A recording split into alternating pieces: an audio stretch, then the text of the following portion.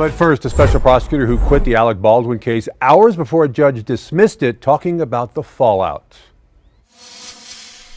I think that prosecutors have higher ethical obligations than litigators. I think the system failed, and I think as a consequence, the Hutchins family was let down.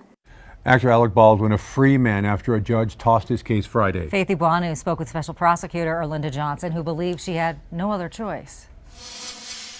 The Alec Baldwin trial dismissed with prejudice, meaning the actor cannot be retried. The court concludes that this conduct is highly prejudicial to the defendant. Special Prosecutor Erlinda Johnson speaking with KOAT on Monday. I didn't think it was right. What was happening was not right.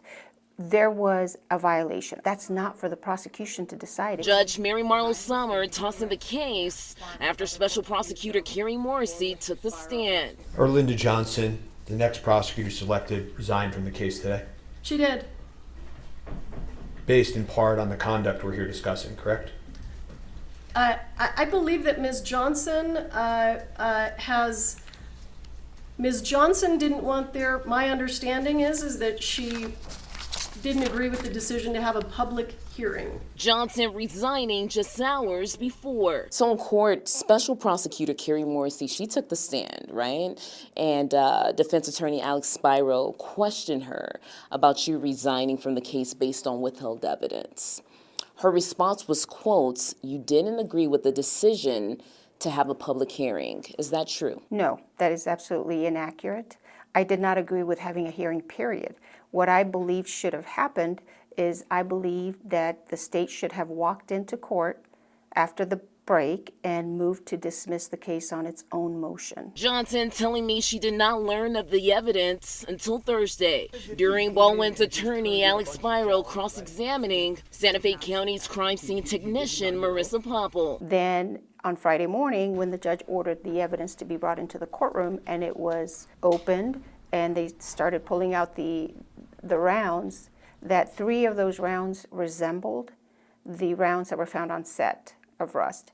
So at that point, in my mind, this is material, potentially impeachment evidence, exculpatory evidence. It should have been turned over to the defense. And at this point, we're in the middle of trial. It's too late. Were you blindsided by any evidence presented in the case during trial? I was blindsided. I was blindsided that I didn't know about this evidence because remember, it had been tagged in under a completely separate case number. KOAT legal expert John Day praising Judge Sommer and Johnson for their actions. So there is a hero in this case. I think there are 2 heroes. There's a judge who was tough and brave and said, "I'm going to toss this case."